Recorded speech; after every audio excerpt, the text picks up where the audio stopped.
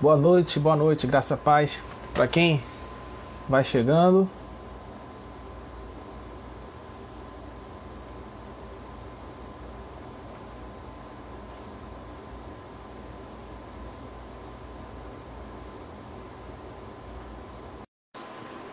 Live de hoje.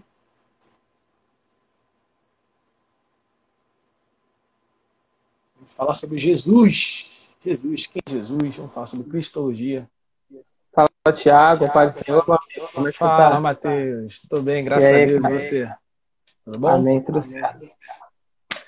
Vamos estar iniciando então a nossa live de hoje. Boa noite Amém. para você, boa noite para todos que estão aí assistindo, boa noite para quem assistirá posteriormente em uma das nossas redes sociais. Lembrando que essa live ela vai ficar disponibilizada tanto aqui no nosso Instagram, quanto nas nossas outras redes sociais, né? No YouTube, Igreja Batista Central em Duque de Caxias. Se você ainda não está inscrito, né, você pode se inscrever.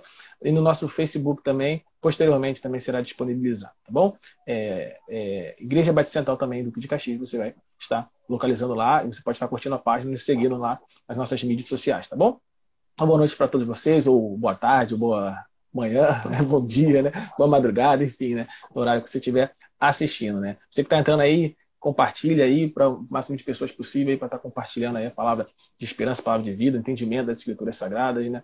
Para o máximo de pessoas possíveis, tá? Para quem não conhece, meu convidado dessa noite é o Matheus Gabriel, um amigo meu, né? Que eu acompanho nas mídias sociais, né? Sei que é um cara muito engajado aí no estudo da teologia. Então, quando eu pensei no assunto aí, eu pensei logo em convidar você como uma das pessoas que, quando eu penso na sociologia, eu estava pensando em colocar, né? Ele é professor da EBD, né? Da comunidade Sim, evangélica Shalom, não é isso? isso aí. Muito obrigado aí, é um prazer enorme para mim e para a Igreja Batista Central estar tendo você como convidado, tá? Sinta-se à Tá, vontade cara? e Agradeço pelo convite. Espero conseguir atender a expectativa. com certeza vai ser uma bênção para todos Amém. nós, né? O assunto que a gente vai trabalhar, né, o título é Quem é Jesus, né? Então vamos falar aí, de forma mais específica de cristologia. A gente, Sim. na semana passada, conversamos, o tema da semana passada foi Somos Todos Teólogos, trouxemos aqui o pastor, presidente da Ordem dos Pastores Batistas de Duque de Caxias, pastor Glauber Cardoso, né? Ele esteve aqui conosco, a gente conversou sobre a importância da teologia na vida do cristão como um todo, né? E a gente ainda Uhum. nessa área, a gente também, né, durante a nossa conversa, a gente conversou sobre as áreas da teologia, né, que a teologia é dividida em sistemática, Acompanhei, foi uma histórica, benção. e dentro da sistemática a gente citou alguns tópicos, né, e a gente falou, né, sobre que um dos tópicos era a cristologia. A gente então vai estar trabalhando no assunto mais específico aí dentro da teologia sistemática nessa noite, tá bom? Então vamos conversar falando sobre a existência de Jesus, né? É um assunto Uhum. que eu já via, né, em alguns livros de apologética, né, trabalhando, né? Sim. Só que eu nunca foi um assunto que eu acabei me interessando muito em falar sobre, né? Porque me parecia, me soava que era meio que um ponto pacífico. Eu via pessoas, né, Isso. discordando até dos milagres de Jesus, já vi pessoas duvidando da ressurreição, mas eu nunca tinha visto uma pessoa duvidando da existência de Jesus, né? Mas há pouco tempo eu conheci uma pessoa que disse que Jesus não existiu. Fiquei bastante surpreso, né? A gente começou a conversar sobre isso, né? E talvez você seja uma dessas pessoas, né, que acredita, isso aí é mito, a existência de Jesus nunca existiu, né? Ou talvez você acredite na existência de Jesus, mas se depare algum dia aí com uma pessoa que não acredita na existência de Jesus, né? E isso acaba se tornando um empecilho para que ela venha conhecer, aí venha dar ouvidos ao Evangelho, né? Então eu queria começar conversando com isso. E aí, Jesus de fato existiu? Há evidências da existência de Jesus? Thiago. Então, para começar a falar sobre isso, o pessoal está comentando que está dando retorno na minha voz. Eu também estou escutando ela de volta, mas dá para isso, dá para continuar assim mesmo. Então, a respeito da existência de Jesus, você falou aí que é um ponto pacífico, que dificilmente alguém vai levantar uma objeção a isso. E de fato, ele é um ponto pouco usado pelos críticos, pelo simples fato da existência de Jesus ser algo amplamente atestado historicamente. Eu diria que a existência de Jesus é comprovada através de fontes históricas antigas e de dentro e de fora do Novo Testamento, né? Você entende? Então, a gente tem uma ampla força argumentativa dentro da história para comprovar a existência de Jesus. Então, assim, é difícil você ver algum crítico sério fazendo... O pessoal está comentando aí que não dá para ouvir, é isso? Está tendo algum probleminha no áudio? Tá me ouvindo bem, Thiago? Ele falou que ficou melhor agora. Acho que é melhor você retomar no início a resposta. Sim, vamos retomar. Então, você tinha citado que a respeito que é um ponto pacífico, que não tinha visto ninguém fazer nenhuma objeção direta à existência histórica de Jesus, né? É porque, de fato, a pessoa, para levantar uma objeção histórica para a existência da pessoa de Jesus Cristo, ela vai estar indo contra todas as evidências históricas, porque a existência de Jesus ela é atestada por fontes antigas, dentro e fora do Novo Testamento, considerando que o Novo Testamento é uma fonte histórica também. Poderia se argumentar que não se poderia usar o Novo Testamento como uma fonte de autoridade histórica, mas mesmo que não pudesse, a gente tem outras evidências fora do Novo Testamento. Jesus é mencionado em escritos pagãos e judaicos, além de cristãos. Então você tem grupos de culturas e religiões distintas do cristianismo, lá atrás, perto dos fatos, perto ali no primeiro século, escrevendo a respeito de Jesus. Entende? Então, você fazer uma objeção contra a historicidade de Jesus, da pessoa de Jesus, é ir contra todo o peso da evidência histórica. Eu posso aqui, rapidinho, Thiago, citar dois historiadores, um cristão, que é o Luke Timothy Johnson, que ele escreve no livro O Verdadeiro Jesus, ele escreve um relato histórico que um judeu chamado Jesus trabalhou como mestre na Palestina durante o reinado de Tibério. Ele foi executado por crucificação sob o prefeito Pôncio Pilatos e continuou a ter seguidores após a sua morte. Isso aí é um relato histórico, que não é um relato moderno, um relato que vem lá desde o primeiro século. E também tem um historiador que é um ateu, talvez esse você já tenha escutado falar, que é o Bart Ehrman, que ele escreveu o livro Jesus Existiu ou Não. Ele é um ateu, evidentemente não acredita no cristianismo, mas ele escreve o seguinte: a razão para pensar que Jesus existiu é porque ele é abundantemente atestado nas fontes mais antigas. Então, você tem relatos de crentes e não crentes que trabalham na área na área historiográfica que confirmam a existência de Jesus, além dele ser citado por escritores antigos como Suetônio, como Tácito e como o famoso historiador judeu Flávio Josefo também, lá pelo primeiro século. Então, assim, falar contra a existência histórica de Jesus Cristo é ir contra as evidências da própria história. Muito bom. Meu áudio tá legal? Tá ótimo para mim aqui. Então tá bom. Uhum. Porque o microfone aqui ficou aqui para baixo, aí eu fiquei preocupado de... Tá bom, mas beleza então. Talvez as pessoas assim, na igreja, né, no meio, na vida eclesiástica comum, assim, né, talvez não se depare tanto, né, mas como você adentra nos seminários, começa aí a discutir teologia, você acaba, né, se deparando com uma discussão, né, que é o seguinte, né, a diferença entre Jesus histórico e o Jesus da fé, né, e a muito questão bom. Que a pessoa pode estranhar é qual a diferença? Existe diferença entre Jesus histórico e o Jesus da fé? Né? Perante a Bíblia, a gente pode fazer essa discussão? A Bíblia nos permite fazer esse tipo de divisão? Né? Como isso funciona? Né? Você poderia falar um pouco sobre a diferença entre Jesus histórico e o Jesus da fé? Então, você falou muito bem.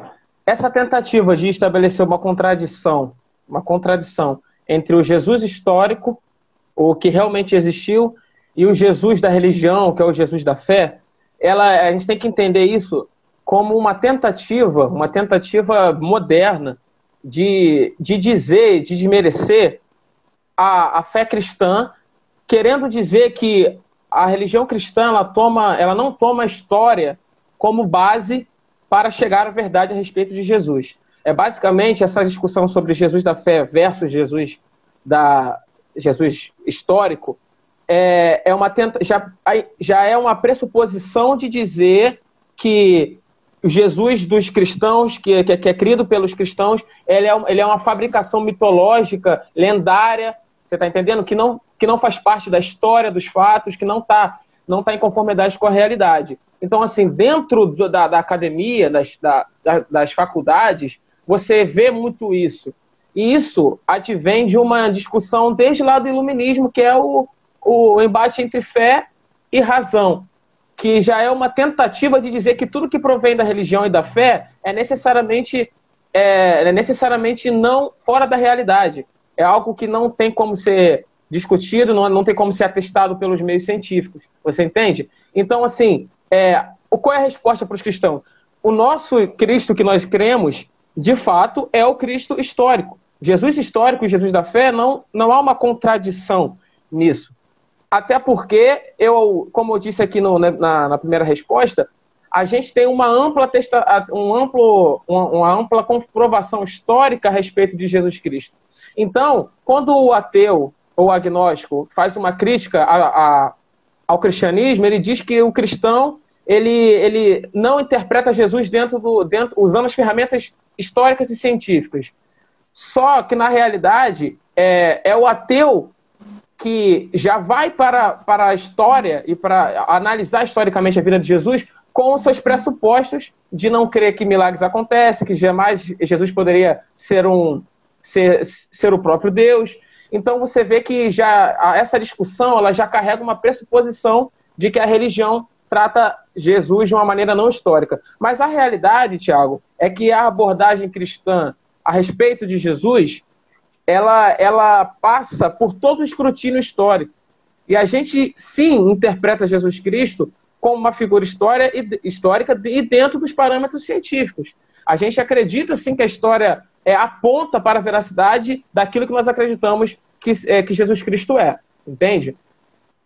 Agora, me permite só fazer um adendo a essa questão, que é, assim, estudo sobre Jesus histórico, quando você tem coloca em contradição Jesus histórico contra Jesus da fé, a gente tem esse compreendimento que a gente falou. Só que é possível também você fazer uma busca pelo Jesus histórico sem necessariamente anular a fé cristã, o que a fé cristã diz a respeito, que é você isolar os pontos teológicos, deixar de lado aquilo a respeito da vida de Jesus que vão virar doutrina ou coisa do tipo, e focar apenas nos aspectos históricos da vida de Jesus, como era na época, o contexto, a arqueologia, tudo mais. Isso é você não focar muito na parte doutrinária e focar mais na parte histórica. E se isso for chamado de estudo sobre Jesus histórico, nós estamos ok, porque isso não contradiz nada do que a teologia diz. Só trata em um âmbito um pouco distinto, entende? É mais ou menos por aí. Muito bom, muito bom.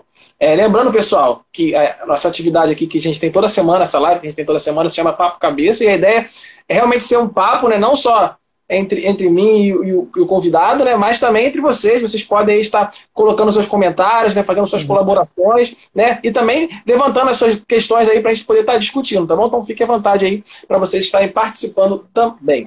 Vamos continuar. Então a gente já falou, né, que o Jesus histórico e o Jesus da fé, eles primeiro, Jesus existe, né, e o Jesus da história é o mesmo Jesus que a gente crê, né? O Jesus da Bíblia é o Jesus também da história, né? Então a gente já falou sobre isso. Agora a gente vai entrar na questão aí para introduzir, então, quem é Jesus, né? A gente já viu que Jesus existiu, né? E que Jesus da Bíblia é o mesmo que Jesus da história. Agora, quem é Jesus? Como você explicaria quem é Jesus?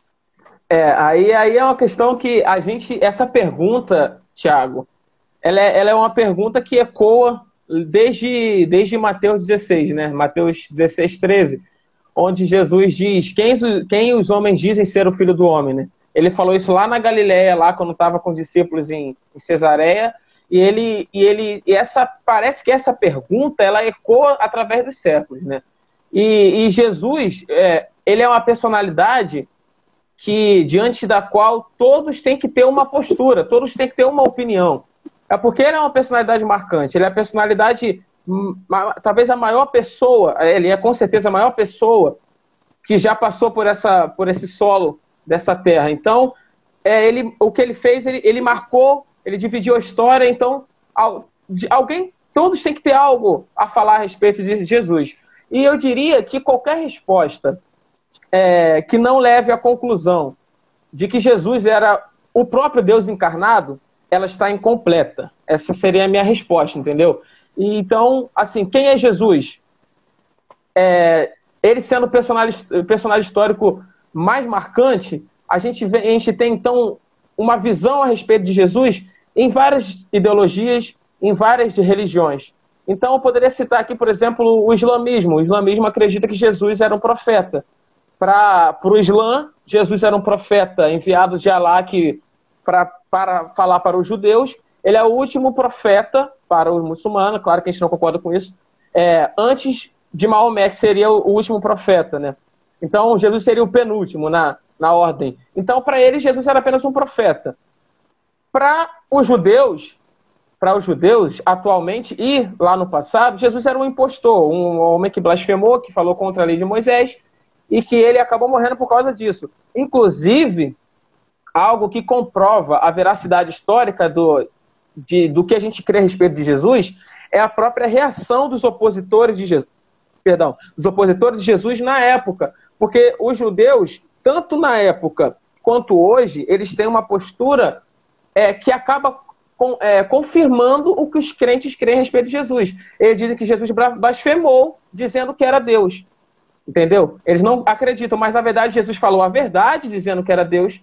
E tendo hoje os judeus que não acreditam, dizendo que Jesus era um blasfemador, confirma a versão de que Jesus de fato falou aquilo que ele disse, entende? Então, o judaísmo tem uma postura bem negativa a respeito de Jesus. O espiritismo, por exemplo, ele vai dizer que Jesus era uma alma elevada, um homem de um karma superior, porém a sua divindade não é plena e nem a sua humanidade. Entendeu? Então é algo bem controverso. E alguns, como muitos conseguem negar que Jesus de fato existiu, eles dizem, então, Jesus existiu, mas ele era apenas um mestre da moral. Ele era apenas um homem que falava como as pessoas deveriam se comportar, como deveriam ser os atos, as boas obras das pessoas e tudo mais. Então eles colocam Jesus apenas como um mestre da moral. Também é uma resposta incompleta. Não é de todo errada, mas é incompleta, porque qualquer resposta que subtraia as verdades divinas a respeito de Jesus, ela está incompleta. Então, assim, o melhor a dizer na pergunta quem é Jesus, o melhor a fazer é deixar Jesus falar a respeito de si mesmo, né? Então, se a gente olha para as Escrituras, tomando-as como verdade, a gente vê lá em João 10:30, Jesus dizer, eu e o Pai somos um, se colocando na mesma essência divina de Deus, do Pai. Ele também diz, em João 8:59, antes que Abraão existisse, eu sou. Novamente, para quem entende um pouco da parte da exegese bíblica, quando ele fala eu sou, ele está falando lá atrás de quando Deus se revela a Moisés. Ele diz eu sou. Então, até a gente vê isso, lendo a Bíblia, a gente vê que é uma afirmação clara de que dele próprio dizendo que era Deus. Porque quando ele fala que antes que Abraão existisse eu sou, qual é a reação imediata dos judeus? Eles pegam pedras para apedrejar, porque ele está dizendo, nossa, ele está se colocando como Deus. Entende? Então o próprio Jesus afirma ser Deus. E também quando ele perdoa o pecado daquele paralítico, ele chega e fala, seus pecados são perdoados, aquele judeu já entende de cara de que ele está falando que ele é Deus, que pode perdoar os pecados, entende? Assim como poderia citar a própria ressurreição de Lázaro e outros pontos que Jesus afirma de maneira direta e indireta que é, de fato, Deus. Então a gente tem essa resposta. Jesus é o Filho de Deus, o Verbo encarnado, e qualquer resposta que não chegue a essa conclusão está incompleta. Muito bom. A Andresa Gabriel fez uma pergunta aqui, que é o seguinte. A ressurreição do Jesus histórico é pouco citada ou até anulada. Vocês também percebem isso? Sim, porque esse é um ponto em que os críticos da religião cristã, principalmente os que vêm da área ateísta, é onde eles entram para atacar a historicidade. Qualquer evento a respeito da vida de Jesus que envolva algo sobrenatural, a tendência moderna, racionalista, é negar, entende? Eles tentam negar, porque para o ateu, milagres não acontecem. Para o ateu, nada está fora do âmbito natural. Então, quando eu digo que existia um personagem há 2000 anos atrás, uma pessoa, de fato, há 2000 anos atrás, que curava pessoas, que ressuscitou mortos, que fez multiplicação de pães, que morreu e ressuscitou, eles dizem, não, isso é uma construção, isso é falso.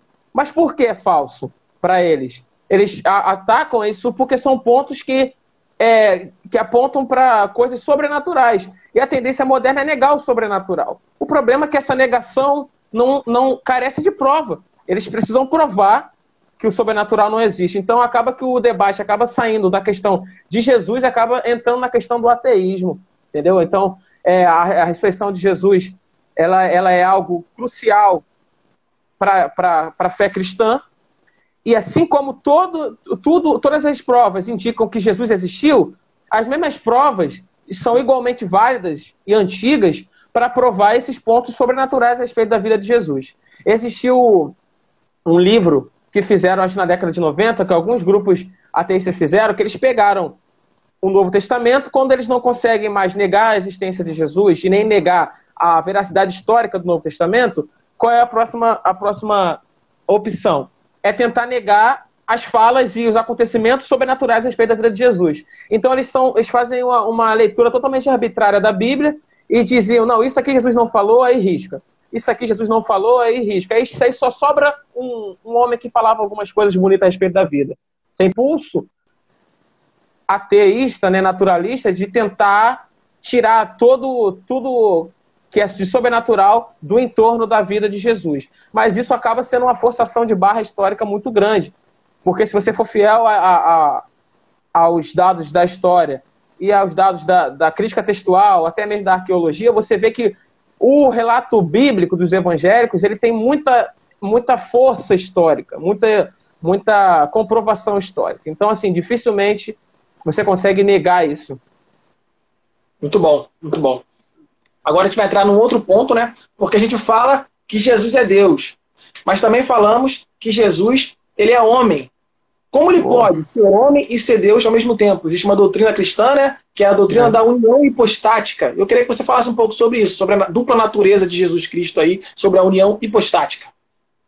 Cara, então, aí é o ponto alto, né, da questão a respeito de Jesus. Aí a gente sai bastante do âmbito mais amplo, que dialoga com outras religiões, e acaba entrando no âmbito direto e teológico da doutrina cristã mesmo.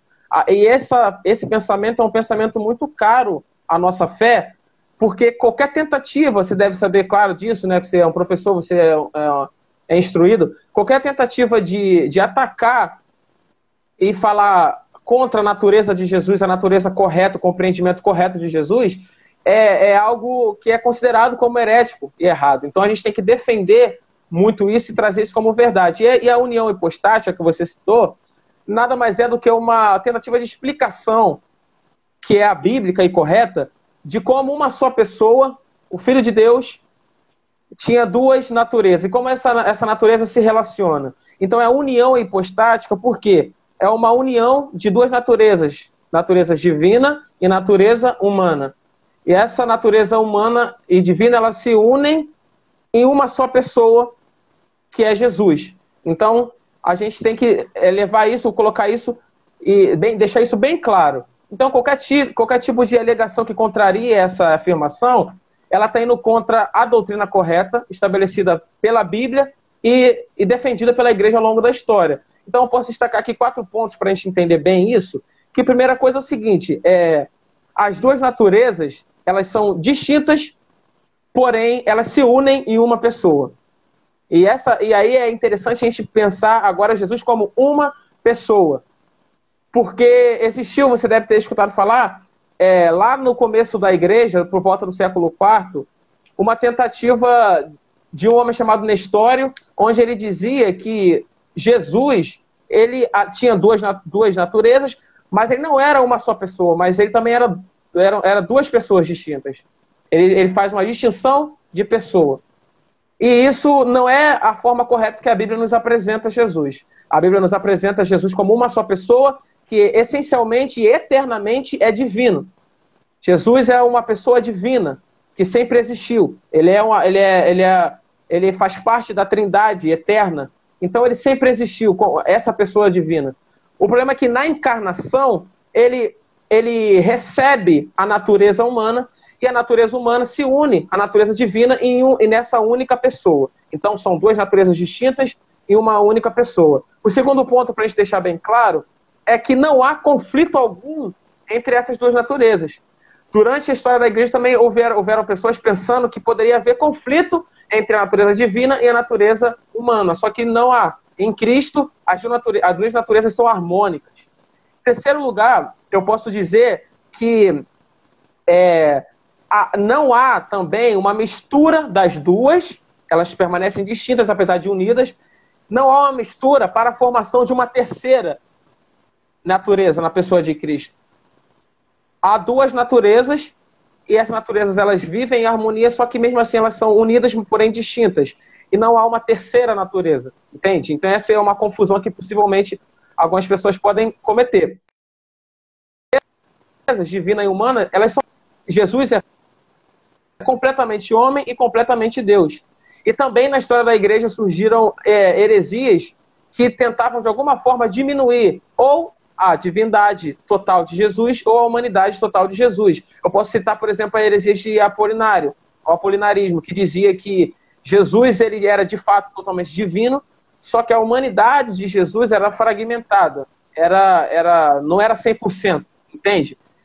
Isso foi condenado também como heresia e a verdade bíblica a respeito da natureza de Cristo foi estabelecida, entende? Então é mais ou menos por aí. Agora, eu posso citar aqui, então, para ficar mais... não ficar só nas minhas palavras, se uma pessoa tem uma natureza divina e natureza humana em uma pessoa só, então é necessário que na Bíblia mostre os aspectos divinos e humanos dessa pessoa que é Jesus Cristo.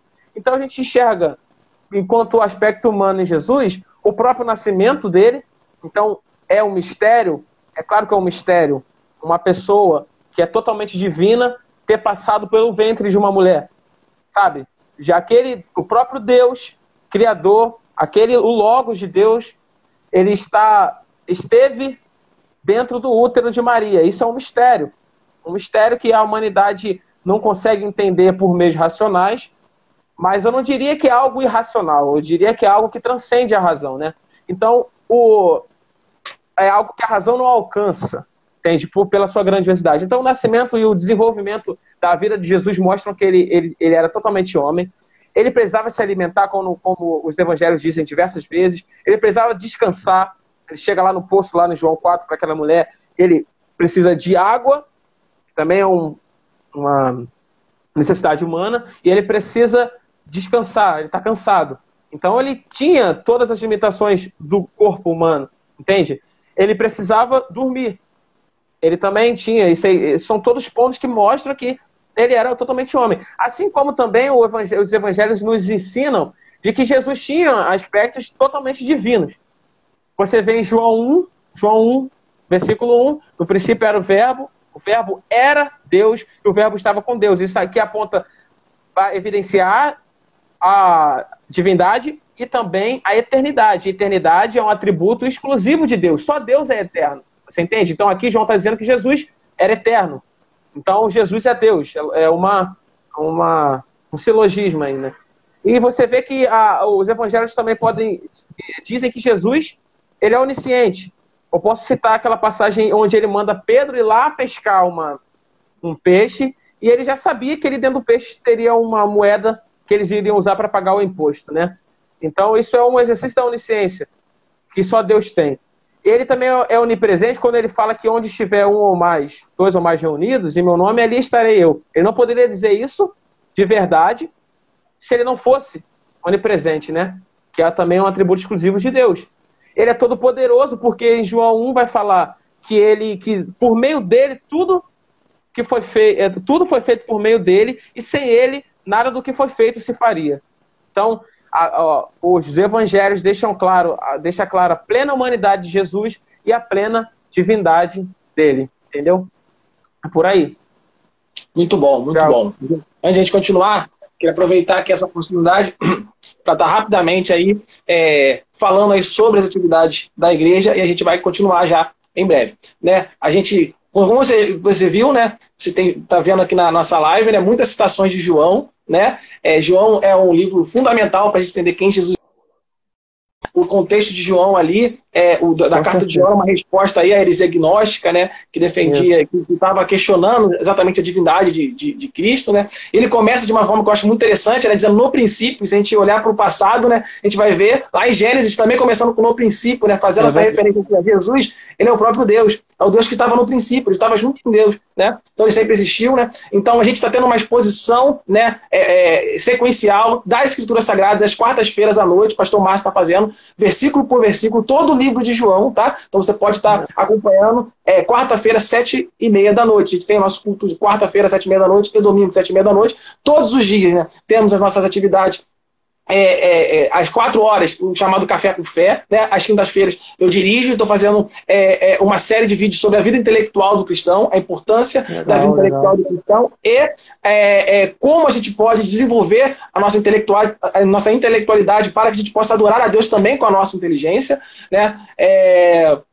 E também, geralmente às sextas-feiras, tem também a live com o pastor Márcio aqui, também no Instagram, geralmente. Semana passada foi às quinta-feira e no Facebook. Mas aí você, acompanhando as nossas páginas, nossas mídias sociais, você pode estar ficando por dentro das atividades da igreja. Tá bom? Vamos para o próximo ponto aí que a gente vai trabalhar, os ofícios de Jesus. Você pode falar sobre os ofícios de Jesus, Mateus? Sim. Quando se fala de ofícios de Jesus, a gente tem que olhar para os ofícios principais do Antigo Testamento, que basicamente é o ofício de profeta, de sacerdote e de rei. E quando a gente estuda a respeito dos ofícios de Jesus, esses tríplices ofícios, a gente vê que Jesus ele cumpre com excelência os ofícios do Antigo Testamento que os homens não conseguiram cumprir. A gente vê na Bíblia que profetas falharam, sacerdotes falharam e reis falharam. Então esse tríplice ofício aqui, Jesus ele cumpre de maneira excelente e sem falhar, ao contrário do homem. Então assim, onde a gente vê Jesus como profeta? Ele é profeta no sentido, em primeiro lugar, que ele é o verbo de Deus, ele é a palavra de Deus, ele é a palavra criadora, que João fala, né? Vai falar lá em João 1:3. E você citou João, um livro importantíssimo, que é um livro que vai enfatizar muito a divindade de Jesus. Entende? Então, assim, para quem está assistindo aí, que quer aprender mais, leia o livro de João. É o evangelho que a gente indica a pessoa a ler quando está se convertendo, quando ela se converte, né? Então, assim, Jesus ele é profeta porque ele é a própria palavra de Deus. O que o profeta fazia no Antigo Testamento? Ele chegava e transmitia a palavra para o povo. E Jesus, ele é, nesse sentido, a palavra de Deus. Mas não somente nesse âmbito, ele é também aquele que revela a vontade de Deus. E o que o profeta no Antigo Testamento fazia? Revelava a vontade de Deus para o povo. Para o povo de Israel. Chegava com a correção, chegava com a palavra de consolo. Então Jesus fez isso no seu ministério terreno. E Jesus também proclamava a respeito do juízo e da salvação. Coisas que os profetas do Antigo Testamento também tinham a função de fazer. A única diferença é que o único que cumpriu esse cargo, esse ofício de profeta, com excelência, talvez eu possa dizer com toda a perfeição, foi o próprio Jesus. Porque por mais que nós tivemos profetas que foram usados por Deus, eles eram homens falhos. Mas Jesus, com toda a sua perfeição, cumpriu sem falha alguma esse chamado de profeta, né? E a gente diz também que Jesus ele é sacerdote, mas em que sentido que ele ocupa esse ofício de sacerdote? No sentido de que, em primeiro lugar, ele é mediador entre o homem e Deus. A gente lembra da função de sacerdote no Antigo Testamento.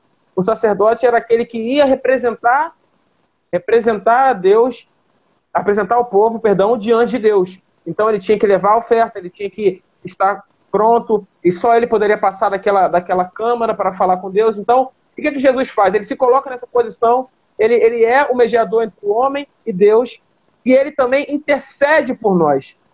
Assim como os sacerdotes se chegavam a Deus, levavam os holocaustos a Deus para aquilo ser aceitável a Deus através da oferta do sacerdote, em favor de todo o povo, Jesus faz isso.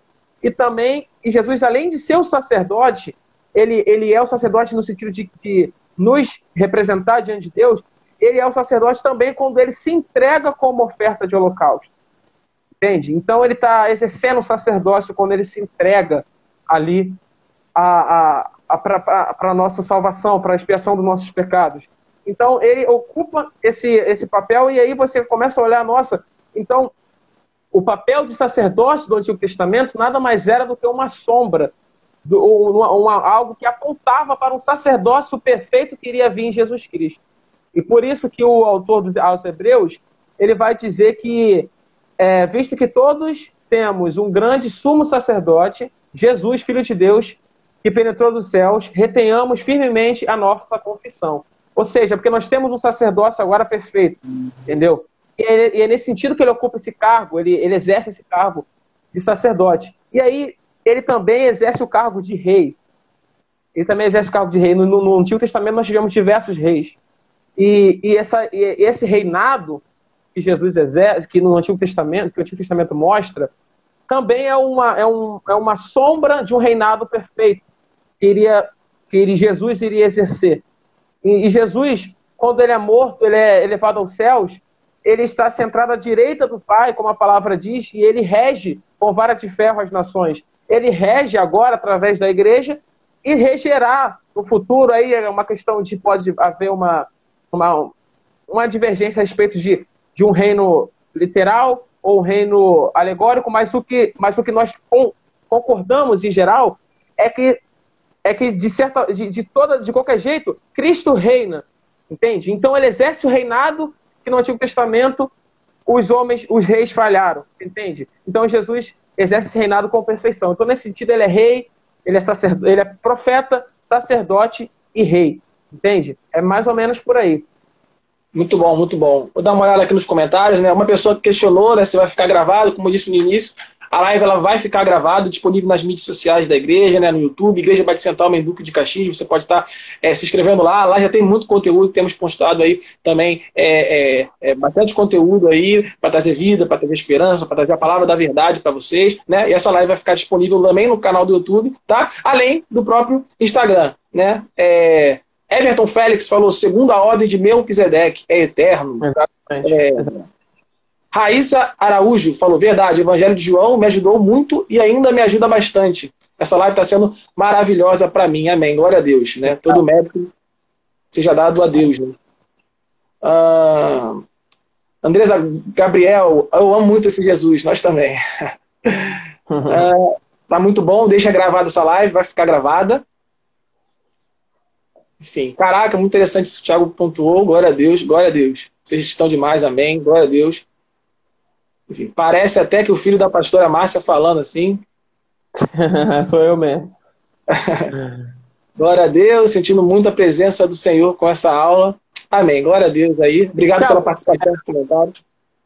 Assim, a respeito, a gente falou sobre a união hipostática, acho que deu para entender basicamente a questão da união entre a natureza divina e humana. Só tem um ponto que eu gosto de falar. 5 minutinhos, eu sei que encerra às 10, mas eu acho que vai dar tempo da gente ir, porque os outros temas são um pouco mais rápido, né?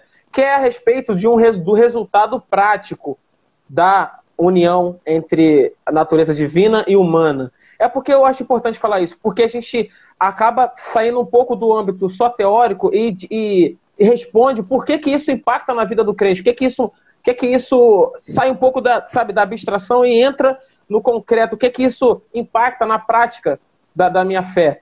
Eu diria, assim, que era necessário essa união, era necessária a união divina-humana em Cristo Jesus, porque sem essa união, a nossa redenção jamais poderia acontecer. A redenção da humanidade já dependia da união divina-humana. Agora, rapidinho, voltando no tópico anterior, mas eu acho que o pessoal vai pegar aí o ritmo. Por quê? Em primeiro lugar, o sacrifício só seria perfeito se uma pessoa divina estivesse se entregando ali. O sacrifício, porque imagina se fosse só apenas um homem comum. Como o homem comum vai redimir toda a humanidade? Você entende? Então era necessário que esse sacrifício fosse realizado por uma pessoa que tinha em si a natureza divina e humana. Outro ponto é que se Jesus, por exemplo, fosse somente um ser divino e não tivesse nada de humano nele, de forma alguma a gente poderia se espelhar nele como uma regra, como um exemplo de vida. Você entende? Como é que eu vou imitar e seguir os passos de um ser que somente é divino se eu sou somente humano? Entende? E Jesus, quando ele se veste da humanidade, quando ele encarna, quando ele absorve a natureza humana, ele está dizendo que ele é um exemplo possível a ser seguido por mim e por você, que somos seres humanos. Você entende? E também porque o resultado dessa união dá a possibilidade dele hoje, nesse exato momento, que está junto ao Pai, ele intercede por nós. Porque essa é a ideia que o autor de Hebreus quer dizer lá no versículo 15 do capítulo 4. Ele quer dizer assim, porque nós não temos um sumo sacerdote que não possa compadecer-se das nossas fraquezas. Porém, um que, como nós, em tudo foi tentado, mas sem pecado. Ou seja, ele evidencia que Jesus venceu o pecado na sua humanidade, nos dando a possibilidade de fazer igual também, você entende? E esse mesmo Jesus está lá, diante de Deus, é como se estivesse dizendo, olha, isso que ele passou, eu passei também, eu senti também. Então essa união divina-humana faz a redenção ser eficaz, entende? Então, é isso aí. Muito bom, muito bom. Vamos para o próximo ponto, a gente tem mais 3 pontos para trabalhar. Esse ponto eu acho que é muito importante, eu acho que também bem prático, né? Para a nossa vida, né? A gente fala muito sobre cristocentricidade, a gente tem falado, a música tem que ser cristocêntrica, o nosso culto precisa ser cristocêntrico, a nossa leitura das escrituras, a nossa interpretação, ela tem que apontar para Cristo, ela tem que ser cristocêntrico, né? Às vezes nem sabe o que significa cristocêntrico. Eu queria que você falasse sobre exatamente isso. O que é cristocentricidade, a importância disso para nossas vidas, né? E o que significa a Bíblia ser cristocêntrica? Olha, a cristocentricidade é a ideia de que Cristo deve ser o centro de tudo na nossa vida. Ela vem do compreendimento de que sem Cristo nossa fé não seria só apenas um código moral qualquer. Então a pessoa de Jesus Cristo ela é crucial para a nossa fé. Entende? Então ela tem que estar no centro de tudo. E falando de cristocentricidade da Bíblia, é só você entender que toda a Bíblia, de alguma forma, é sobre Jesus. Desde a primeira palavra de Gênesis até a última de Apocalipse, o assunto central da Bíblia, eu diria que o personagem principal da Bíblia é Jesus. Aí você vai me perguntar, tá, mas ele só aparece na metade da Bíblia para lá, como algumas pessoas que não têm muita familiaridade com a fé cristã, eles dizem que não, mas sobre Jesus só tem uma parte pequena da Bíblia. Só que essa pessoa não entende que a Bíblia inteira ela é sobre Jesus, de uma certa maneira. Se você pegar o Antigo Testamento, por exemplo, ele falava a respeito do próprio Jesus, e isso não diz eu, mas diz o próprio Jesus, que ele fala lá em Lucas 24, 27, ele diz assim, e começando por Moisés, discorrendo por todos os profetas, expunha-lhes o que a seu respeito constava nas Escrituras. Ou seja, ele pegava as Escrituras do Antigo Testamento e falava, isso está falando a meu respeito, dizendo que o Antigo Testamento estava tendo como tema, como alvo, apontando para ele próprio. Ele diz lá em João 5, 29, as Escrituras testificam de mim, falam de mim, ou seja, apontam para mim, no Antigo Testamento. E então, diante disso, a gente vê o Antigo Testamento como uma preparação para a vinda de Cristo ao mundo. A mensagem, a tônica da mensagem no Antigo Testamento é Jesus virá, o Filho de Deus, o Redentor, o Messias virá. Entende? Então é a preparação. E aí pode se levantar a questão, como é que então, antes de Cristo vir ao mundo, como é que o povo da Antiga Aliança era salvo?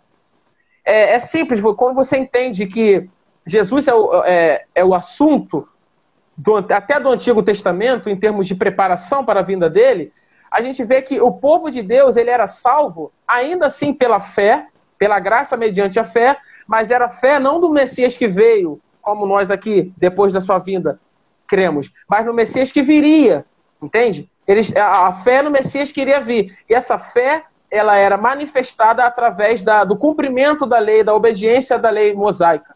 Então, quando Abraão, Isaac, Jacó, os patriarcas, os profetas, obedeciam à lei, eles tinham sua fé no Messias que viria, o Redentor que viria, entende? Então, nesse sentido, o Antigo Testamento está apontando para Jesus, fora todas as sombras e tipos, como o Cordeiro Pascal, que era levado para para holocausto, que era uma sombra daquilo que Jesus iria cumprir literalmente.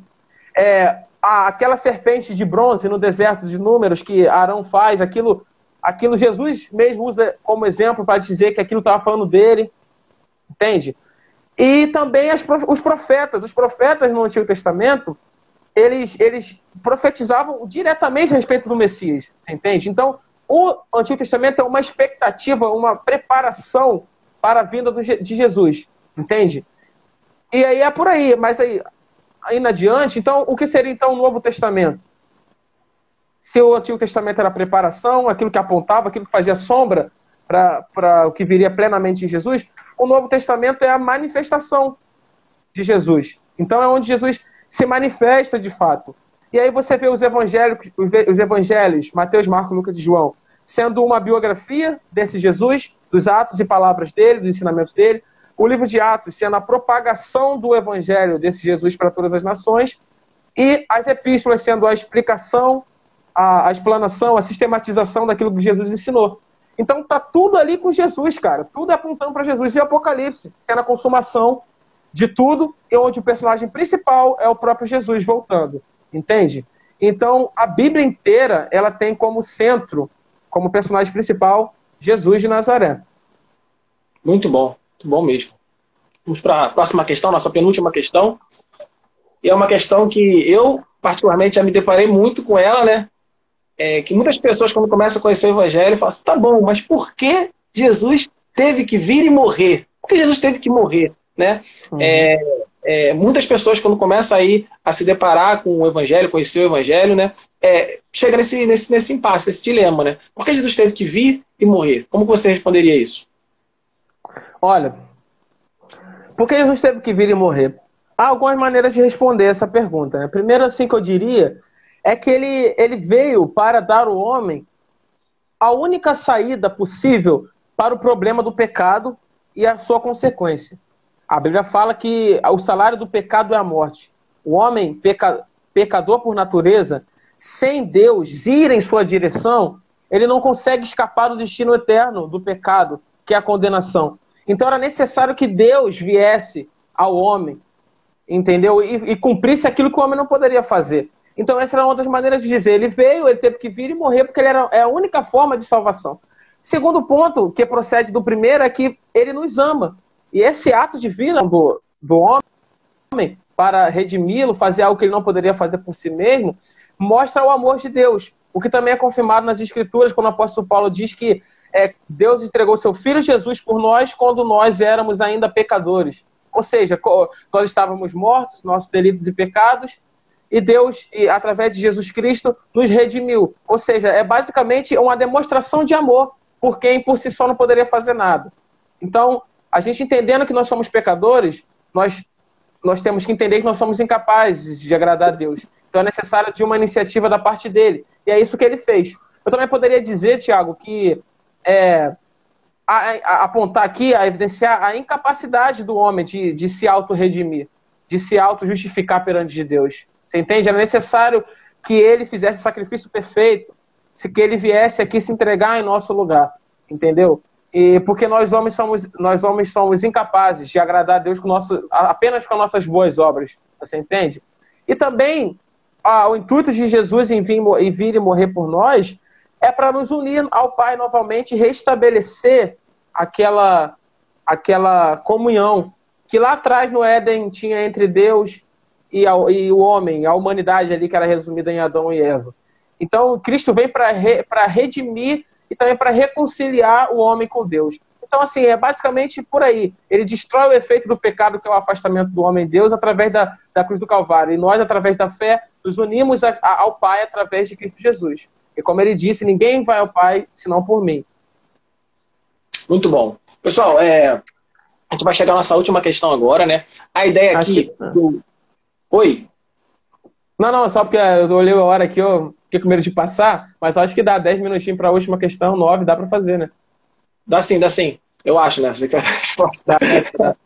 Não tem problema. A gente vai chegar à nossa última questão. Vou só falar a ideia aqui dessa live, a proposta que a gente teve, né? A gente não tem, claro, a pretensão, né, de trabalhar a cristologia de forma exaustiva, né? A gente tem muito aí para vocês poderem se aprofundar, né, do que a gente tem trabalhado. A gente não tem a pretensão, nem se a gente quisesse, a gente conseguiria, né? Ficar 10 horas, 20 horas, a gente não conseguiria, né, trabalhar de forma exaustiva a cristologia, é um assunto muito desse, né? 3 lives de 1 hora. Mas a gente consegue, a ideia nossa, né, é te dar uma introdução aí, né, para você começar a se interessar pelo assunto, perceber a importância, né, e você já ter uma base para você conseguir ter um pouco mais de facilidade quando você se deparar com a literatura teológica cristológica, né, que, como eu falei no início, né, é um assunto que está dentro da teologia sistemática, né, que é uma das 4 divisões da teologia como um todo, né. Então é um assunto que está dentro da teologia sistemática, tá? A gente acredita que é muito importante a teologia para todos os cristãos, tá? E a gente pegou mais os últimos 3 pontos que a gente acha importante para vocês entender, que são expressões. Algumas expressões que vocês podem se deparar, vocês ouvem, e muitas vezes vocês não conhecem, não sabem o que significa. É o seguinte, 3 expressões, você fica à vontade para falar sobre as 3, tá? Sacrifício vicário, o que é sacrifício vicário? Expiação, o que é expiação? E o que é propiciação, tá bom? E a gente fecha uma sala com diferentes. Esse é o último ponto, é um ponto bem interessante também. E você falou de sacrifício vicário, expiação e propiciação. São coisas que às vezes são entendidas como sinônimos, só que se você for analisar palavra por palavra, cada uma tem uma nuance específica. Cada uma aponta para um ponto específico, e compreender cada ponto desse é muito rico para nós. Em primeiro lugar, sacrifício vicário, né? Vicário, o que significa vicário? Vicário vem da palavra vicários, não está na Bíblia, porque na língua latina, está no latim, né? Vicário. Eu acredito que não esteja nenhum termo que vem da Bíblia diretamente. Só que esse termo vicário, ele tem um significado que significa substituto, aquele que substitui, você entende? Então, quando a gente fala de sacrifício vicário, a gente está falando de um sacrifício que é fruto de uma substituição, que Cristo se coloca no lugar do homem, o homem deveria pagar por aquela dívida, a dívida do pecado, e Cristo se coloca no lugar. O sacrifício vicário aponta para a substituição. O Jesus substitui o homem na dívida do pecado, e ele paga para o homem, no lugar do homem, a sua dívida. É por aí, em compreender sacrifício vicário. Quando a gente fala de expiação, já é uma palavra já que faz alusão ao Antigo Testamento, ao próprio ato, a cerimônia do holocausto, onde um animal era levado para, através da sua morte, do seu sangue ali, o pecado daquele indivíduo ser perdoado. E a expiação, ela vai apontar propriamente para o ato, para o ritual. Qual foi o momento que Jesus exerceu a expiação? Lá na cruz do Calvário, quando ele se entregou de fato pelo homem. A entrega de Jesus é a expiação. E aí, nesse sentido, a expiação, o objeto da expiação é o próprio pecado do homem. A expiação ela vai ter como objeto direto o pecado. Ela vai expurgar o pecado do homem. Ela vai limpar o pecado do homem. Assim como lá no Antigo Testamento, a ideia de você levar um animal para sacrificar, para redimir o pecado daquela pessoa. Entende? Então, com expiação, a gente está falando do ato do sacrifício em si. E propiciação, uma palavra muito interessante, propiciação o que significa? Significa tornar propício, tornar favorável, né? E aí você vê que a propiciação, o ato de tornar propício, é um ato divino, porque é Deus que se torna propício ao homem, Ele que se torna favorável ao homem. E isso acontece plenamente por causa do amor dele, porque o homem por si só ele é alvo da ira de Deus por conta do pecado. Mas Deus escolhe, de maneira sacrificial, se tornar propício ao homem, se tornar favorável. E dentro dessa postura, essa propiciação vai falar de uma postura divina, de se tornar favorável ao homem e se entregar em favor dele. Então, o objeto da propiciação é o próprio Deus, que tem uma postura favorável, propícia ao homem, apesar desse homem ser pecador. O que é muito interessante, Tiago, que isso nos difere muito de outras religiões. Porque nas outras religiões, nas religiões pagãs, e até nas religiões monoteístas, como o islamismo, você tem um esforço humano para o homem se tornar propício para agradar a sua entidade, o seu Deus, né? E no cristianismo, o caminho é inverso. É Deus que se torna propício ao homem. Ele que diz, olha, esses homens não merecem, mas eu vou fazer por eles. Você entende? E é isso que talvez seja um ponto que difere a nossa fé de outras. A fé cristã, ela não fala, aqui citando o Ravi Zacarias, né, ele fala que a fé cristã não fala apenas de perdão, porque Deus poderia ter nos amado a ponto apenas de ter nos perdoado, ok, perdoei, tá bom, mas ele perdoa e ele redime e ele reconcilia, ele estabelece um relacionamento, entende? Isso fruto de uma postura positiva que ele passa a ter respeito do homem, sem o homem ter mérito algum, entende? Então é basicamente por aí, cara. Muito bom. Matheus, quero agradecer a sua presença, tá? Foi um prazer. Valeu, cara. Eu que agradeço. Foi uma benção. Foi uma benção, como eu sabia que ia ser, né? Foi muito bom. Né?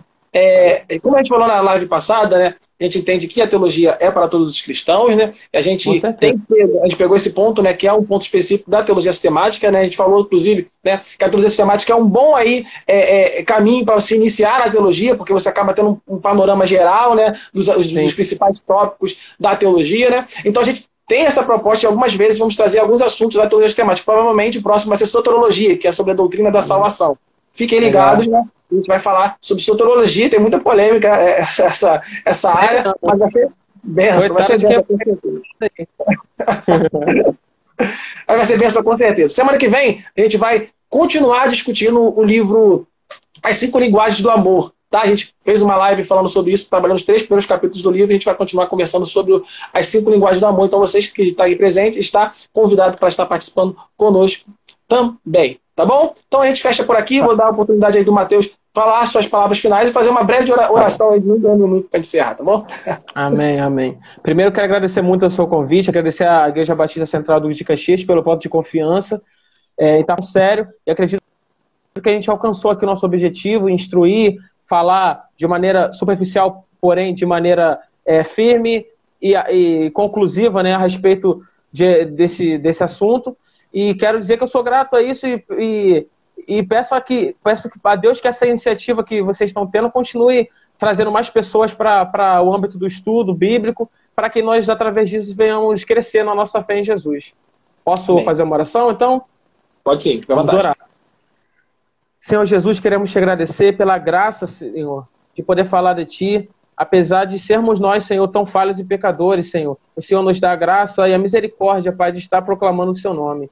Senhor Deus, queremos pedir para que o Senhor venha abençoar cada um que assistiu essa live, abençoar no seu entendimento, Senhor, fazer com que essa 1 hora de estudo aqui, Pai, venha se desdobrar em várias horas de estudo na vida dos seus servos que já aqui estão, Senhor. Muito obrigado por tudo, essa oração que eu te faço, em nome do teu filho amado Jesus, amém. Amém. Mais uma vez, obrigado a você, obrigado a todos que participaram, Valeu. Tá bom? Fiquem ligados. Pode falar.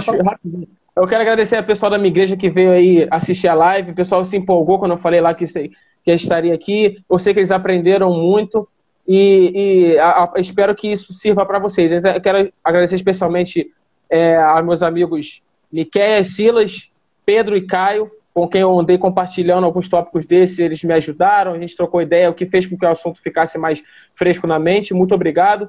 E a pessoal da minha igreja, estamos juntos de coração aí. Valeu. Amém. Quero agradecer aí mais uma vez ao Matheus por estar presente, a todos vocês que participaram, foi uma benção estar com vocês juntos aqui, né, principalmente nesse momento aí, a gente tem isolamento social, a gente não consegue se reunir presencialmente para cultuar a Deus, mas graças a Deus, Deus nos permitiu, através da tecnologia, nos reunirmos para cultuarmos ele coletivamente. Fique ligado nas atividades da Igreja Batista Central em Duque de Caxias, que tem trazido aí palavras de vida, palavras de esperança, palavras de verdade para as nossas vidas. Amém? Então até a próxima, pessoal. Tchau, tchau. Tchau, tchau. Tamo junto.